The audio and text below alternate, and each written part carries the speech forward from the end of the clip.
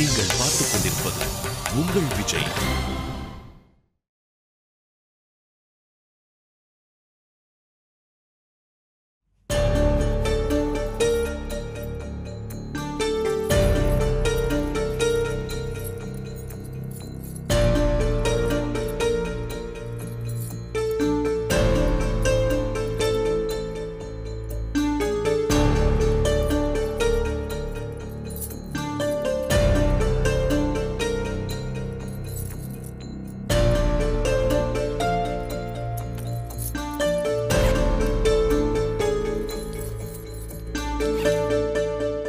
மா,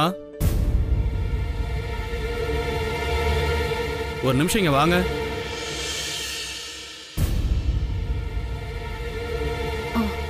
இதோ வர. என்னப்பா? எதுக்கு செயினி மோதிரத்தையும் கழட்டி பர்ஸ்ல வச்சீங்க? அடகு வைக்க போறீங்களா? ஆமா அரவிந்த், வீட்டு செலவுக்கும் பணம் இல்ல, அப்பாவுக்கு மருந்து மாத்திரலாம் வாங்கணும், அதான் அடகு வைக்க போயிட்டு இருக்கேன். நம்ம அவசரத்துக்கு உதவலன்னா எதுக்கு இந்த நகை? பணம் வந்ததும் திருப்பிக்கலாம். மா, நம்ம குடும்ப கஷ்டத்தை என்னால இப்ப தீர்க்க முடியலன்னு என் மனசு படாத படுப்படுதுமா. உங்களை நான் எந்த நிலைமைக்கு தள்ளிட்டேன்னு எனக்கே என் மேல கோபம் வருதுமா. டேய், என்னடா இதெல்லாம்? கஷ்டங்கிறது எல்லா குடும்பத்திலும் இருக்குடா. நம்ம குடும்பத்துக்கு மட்டும் அதிசயம் இல்ல. அதுக்காக நீ ரொம்ப வருத்தப்படாத. மா, நீங்க என்ன ஆறுதல் சொன்னாலும் என் மனசு கேட்காதமா. டேய், கஷ்டம் வரும்போதுதான் தைரியமா இருக்கணும். நீ படிச்ச பையன், இந்த சின்ன விஷயத்துக்கெல்லாம் நீ அழறது நல்லா இல்ல. இது பாரு, வீணா மனசை போட்டு குழப்பிக்காத. நான் போயிட்டு வந்துடுறேன்.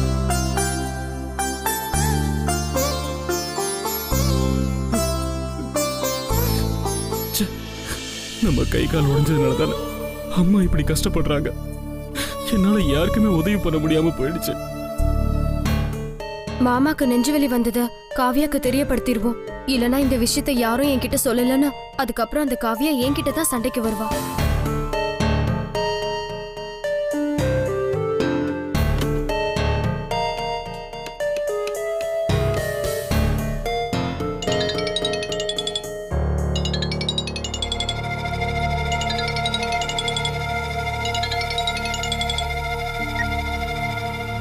ஹலோ, நான் வேணி பேசுறேன்.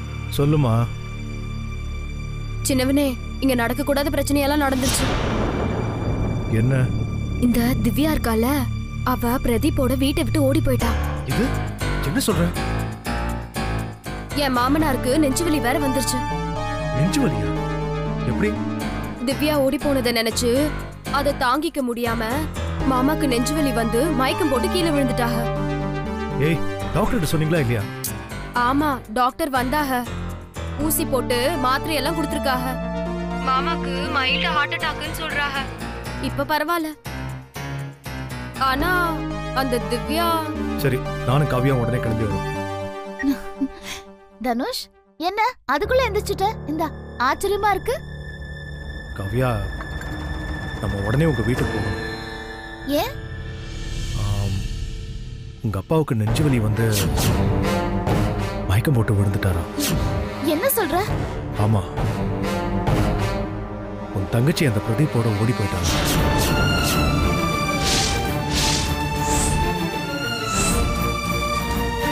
இந்த விஷயம் தெரிஞ்சு அதை தாங்கிக்க முடியாம உங்க அப்பாவுக்கு நெஞ்சு வலி வந்துருச்சு. நான் உடனே எங்க அப்பாவை பார்க்கணும் தனுஷ். என்ன கூட்டிட்டு போ ப்ளீஸ். சரி, அழாத, இதை வந்துடுறேன்.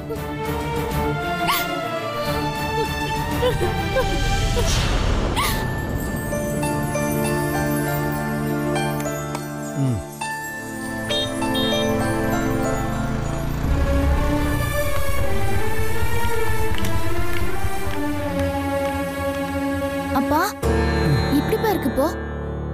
ஒன்றும் இல்லம்மா, மைல்டு. டாக்டர் மாத்திரை கொடுத்துருக்காரு, சாப்பிட்டுருக்கேன். காவ்யா, திவ்யா பண்ண காரியத்தினால உங்க அப்பாவுடைய நிலைமை எப்படி ஆயிடுச்சு பாத்தியா?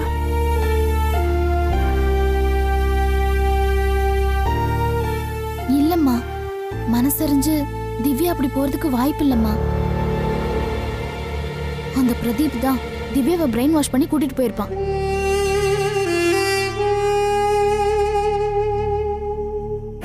ஆரம்பத்துல இருந்தே சொல்லிட்டு இருக்கேன், அந்த பிரதீப் நல்லவன் இல்ல, அவன் பெரிய இடத்து புள்ளியா இருந்தாலும் ஒழுக்கம் இல்லாதவன் சொல்லிட்டே இருக்கேன். நீங்க தான் யாருமே கேட்கல.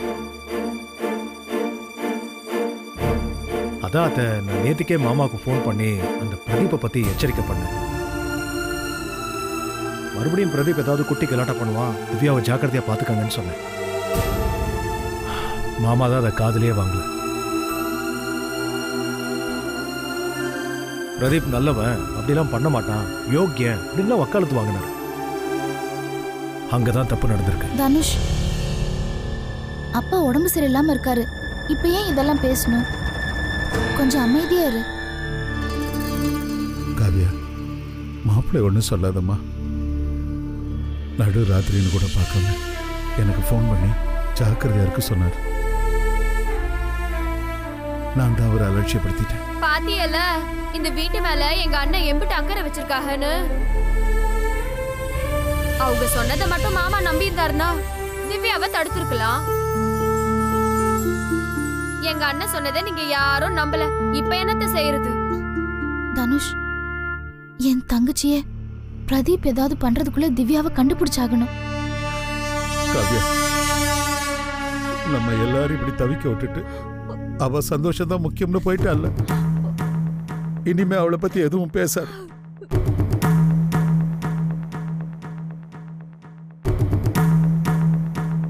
எனக்கு ரொம்ப கஷ்டமா இருக்கு.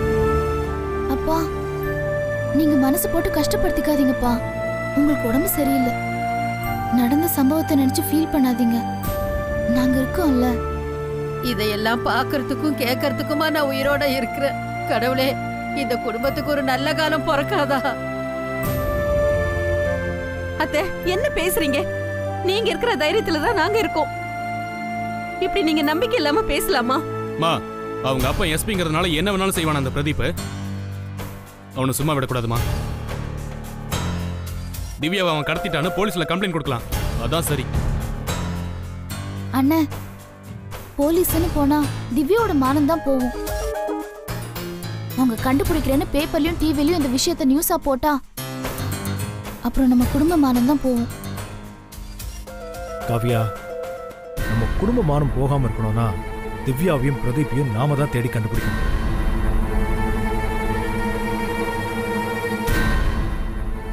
அப்பா, நீங்க ஒன்னும் கவலைப்படாதீங்க. திவ்யாவை கண்டுபிடிக்கிற வேலையை நாங்க பாத்துக்கிறோம். உடம்ப பாத்துக்கோங்கப்பா. நாங்க சரி. கிளம்புறோம். வரேம்மா. அண்ணன் பாத்துக்கோ. போலாம். மாமா, ஏதாவது அவசரம்னா ஃபோன் பண்ணுங்க. சரிங்கம்மா. வரேன் மாமா. வரேன் அத்தை. வரேன் வேணி.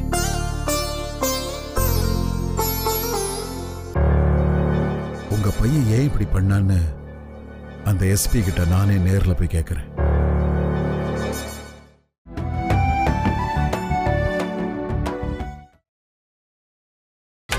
நீங்கள் பார்த்துக் கொண்டிருப்பது உங்கள் விஜய்.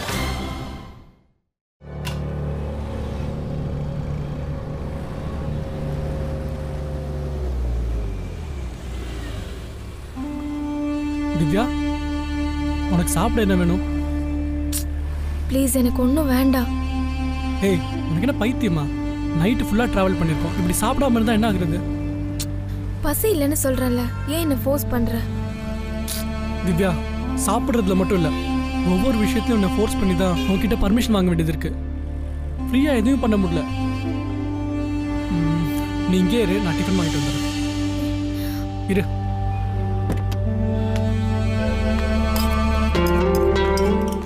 அண்ணா, 2 பிளேட் இட்லி கொடுங்க, அப்படியே 2 ஆம்லெட் போட்டு. சரிப்பா, இந்தாப்பா. தேங்க்ஸ்ண்ணா.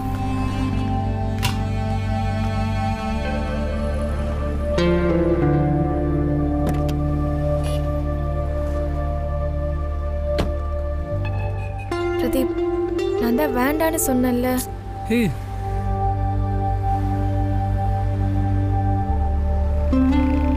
சாப்பிடு, பிடிவாதம் பிடிக்காத.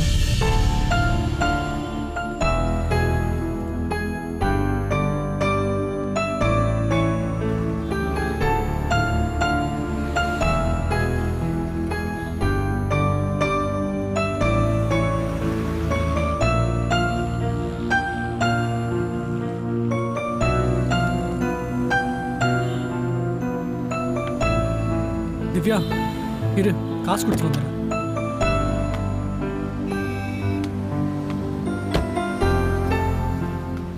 அண்ணா தட்டை இங்கே வைக்கிறது கொடுப்பா, என்கிட்டே கொடுப்பா.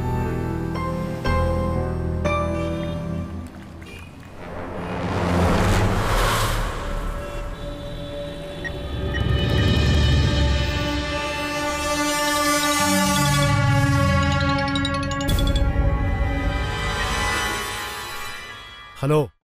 ஹாய் தனுஷ், நான் சகலபாடி பிரதீப் பேசுறேன். டேய், என்ன ஆச்சரியமா இருக்கா? ஏய் பிரதீப், எங்கடா இருக்க? Dhanush cool cool. திவ்யாவை எங்க வச்சிருக்க? திவ்யா இப்போ என் கூட தான் இருக்கா. தோ கார்ல தான் உட்காந்துருக்கா.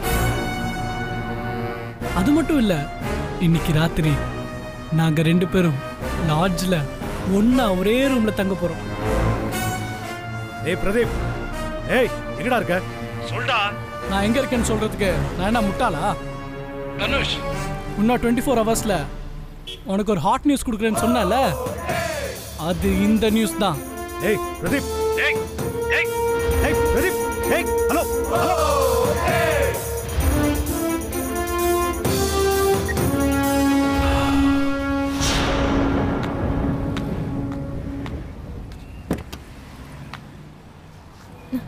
பிரதீப், யாரு ஃபோன்ல?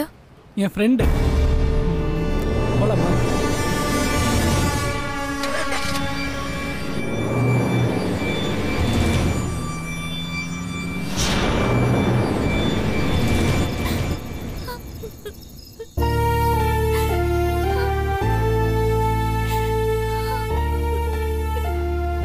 ஏன் காவியா அழுதுட்டே இருக்க? நடந்தது நடந்து போச்சு. அதையே நினைச்சு அழுதுட்டு இருந்தா எப்படி? அழாத. நீயும் திவ்யாவுக்காக என்னென்னமோ செஞ்ச. நானும் அந்த பிரதீப் போன் பண்ணதுல இருந்து உங்க வீட்டுக்கு போய் பார்த்துட்டு தான் இருந்தேன். என்ன பண்றது, எல்லாம் எல்லாம் மீறி நடந்து போச்சு. அந்த கடவுள் நம்மளை சோதிக்கிறாருன்னு நினைக்கிறேன். அழாத காவியா. எப்படி அழுகாம இருக்க முடியும்? திவ்யா வீட்டை விட்டு ஓடி போனது பெத்த தாய் பிள்ளைய பறி கொடுத்த மாதிரி இருக்கு தனுஷ்.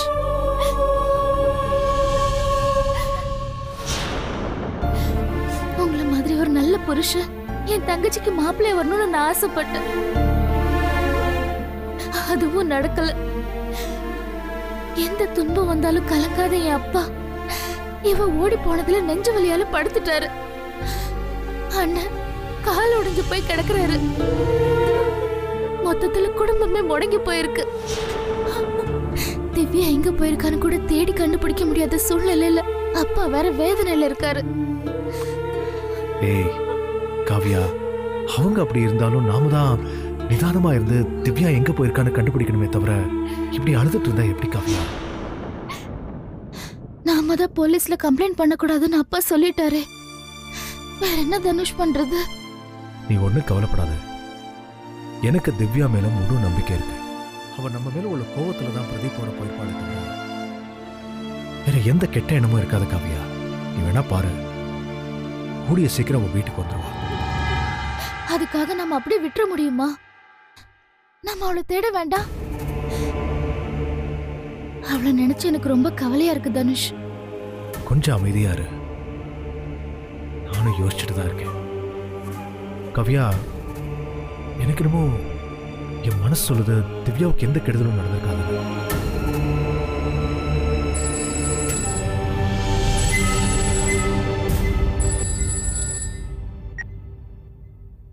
ஹலோ. என்ன பெரிய மச்சினிச்சு, எப்படி என்னோட ஷாக் நியூஸ் நல்லா இருந்துச்சா? நான் தான் பிரதீப் பேசுறேன். டேய் ராஸ்கல், என் தங்கச்சி நீ என்னடா பண்ண? சொல்லு, அவளை எங்க வச்சிருக்க? படிச்ச புள்ள நீ, இப்படிலாம் டென்ஷன் ஆகக்கூடாது. கூல் கூல்மா. உன்னை மச்சினிச்சின்னு கூப்பிடும் போதே தெரிய வேணாமா உன் தங்கச்சிய என்ன பண்ணிருப்பேன்னு? கூடிய சீக்கிரமே உன் அருமை தங்கச்சி எனக்கு மனைவி ஆக போறா. டேய், ஏன்டா இந்த மாதிரி எல்லாம் அநியாயம் பண்ற? ஏற்கனவே உனக்கு கல்யாணம் ஆயிடுச்சுல்ல, உன் மனைவி வேற கர்ப்பமா இருக்கா. அப்புறம் ஏன்டா என் தங்கச்சி வாழ்க்கை கெடுக்கிற? என்ன பண்றது, உன் தங்கச்சி அழகு என்ன தூங்க விட மாட்டேங்குது. அதான் மாசமா இருக்கிற பிரியாவை கூட மறந்துட்டு உன் தங்கச்சி கூட்டு ஓடி வந்துட்டேன். பிரதீப், உனக்கு கெஞ்சி கேட்டுக்கிற, என் தங்கச்சி எதுவும் பண்ணிடாத. அது எப்படி சும்மா இருக்கிறது? அப்புறம் உன் தங்கச்சி என்னை பத்தி என்ன நினைப்பா? உன் தங்கச்சி ஆசைய நான் நிறைவேற்ற வேண்டாமா? உன்னை பெரியமான்னு கூப்பிட்ட ஒரு புள்ள வேண்டாமா? பிரதீப், அவளை எதுவும் செஞ்சிடாத. அவ பச்சை புள்ள மாதிரி, ப்ளீஸ். ஏன் உங்ககிட்ட கெஞ்சிட்டு இருக்க? குடு, நான் பேசுறேன் உங்ககிட்ட. டேய், என்னடா ஒரு பொம்பளை கிட்ட போன் போட்டு மிரட்டிட்டு இருக்க? உன் வீரத்தை என்கிட்ட காட்டுறா. மரியாதையா திவ்யாவை கொண்டு ஒப்படைச்சிரு, இல்ல உன் கதி அவ்வளவுதான். என்ன சகல திவ்யாவை என்கிட்ட கேக்குற? அவ யார் கூட ஓடி போனாலோ எனக்கு என்ன தெரியும்? டேய், எங்களுக்கு எதுவும் தெரியாதுன்னு நினைக்காத. திவ்யாவை நீதான் கடத்திட்டு போயிருக்க. ஐயோ, என்ன இப்படி போய் சொல்ற? நான் எதுக்குங்க திவ்யா கடத்த போறேன்? உனக்கு என்ன 24 மணி நேரத்துல ஒரு ஷாக் நியூஸ் வரும்னு எனக்கு தோணுச்சு. அது உண்மைதானா என்னன்னு தான் உனக்கு நான் ஃபோன் பண்ணேன். என் மனசுக்கு பட்ட மாதிரியே அந்த ஷாக் நியூஸ் உனக்கு வந்துருச்சு. இப்பதான் எனக்கு ரொம்ப சந்தோஷமா இருக்கு. என் மனசு நோக்கடிச்சிங்கல்ல, அதான் இப்படி நடந்துருச்சு. ஏய், என்னடா செய்யறதைய செஞ்சுட்டு நாடகம் ஆடுறியா? ஏய், இந்த மாதிரி நிறைய ஆளுங்களை நானும் பார்த்திருக்கேன். ஆனா அவங்க யாரும் இப்போ உயிரோட இல்ல. உனக்கும் அந்த நிலைமை வரத்துக்குள்ள மரியாதையா திவ்யாவை என்கிட்ட ஒப்படைச்சு. ஏ தனுஷ், என்ன பார்த்து ஆம்பளையா இருந்தா ஜெயிச்சு காட்டுன்னு சொன்னல, அதான் இப்ப ஜெயிச்சுட்டு ஆம்பளைன்னு நிரூபிச்சிட்டேன். அதே மாதிரி நீயும் ஒரு ஆம்பளையா இருந்தா எங்க எங்களை கண்டுபிடி பாப்போம். டேய் ராஸ்கல்,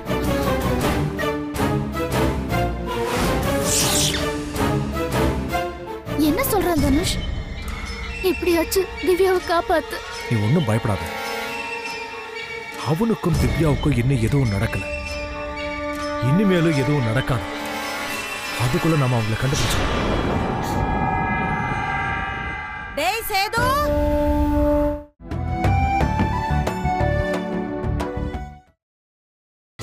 நீங்கள் பார்த்துக் கொண்டிருப்பது உங்கள் விஜய். பவித்ரா, ஏய் வள்ளி, எல்லாரும் எங்க போய் தொலைஞ்சீங்க? வாங்க வாங்க. நம்ம வீட்டு காவியா புராண கதை சொல்றேன்டா. என்னமாச்சு லபலபன்னு கத்திட்டு இருக்க? நிம்மதியா பாட்டு கேட்க முடியுதா? சும்மா நை நைன்னு. டேய், நான் சொல்ல போற கதையை மட்டும் நீ கேட்ட, உங்க அம்மாவை தலையில தூக்கி வச்சுட்டு ஆடுவடா. அப்படி என்னமா விஷயம்? டேய், ஒரு தடவை அந்த திவ்யாவை நீ கிண்டல் பண்ணதுக்கு அக்காளும் தங்கச்சியும் சேர்ந்து என்ன குதி குதிச்சாளுங்க. இப்போ அந்த பொண்ணு எவனையோ கூட்டிட்டு ஓடி போயிட்டாளா?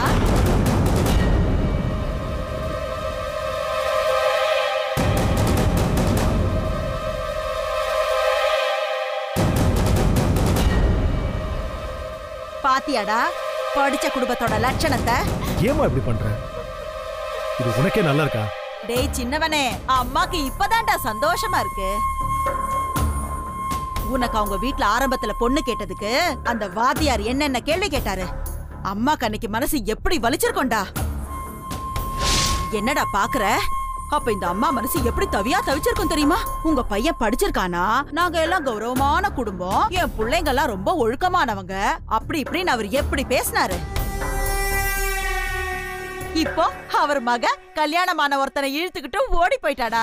நல்ல ஒழுக்கமான குடும்பம் இல்ல? அதுக்குதான் எப்பவுமே மத்தவங்க மனச காயப்படுத்துற மாதிரி பேசினா பின்னாடி அது நமக்கே திரும்பும். சீ, கொஞ்சம் கூட மனசாட்சியே இல்லாம பேசுறேன். உன் வயித்துல பிறந்ததை நினைச்சாலே எனக்கு வெக்கமா இருக்குமா? வா காவியா,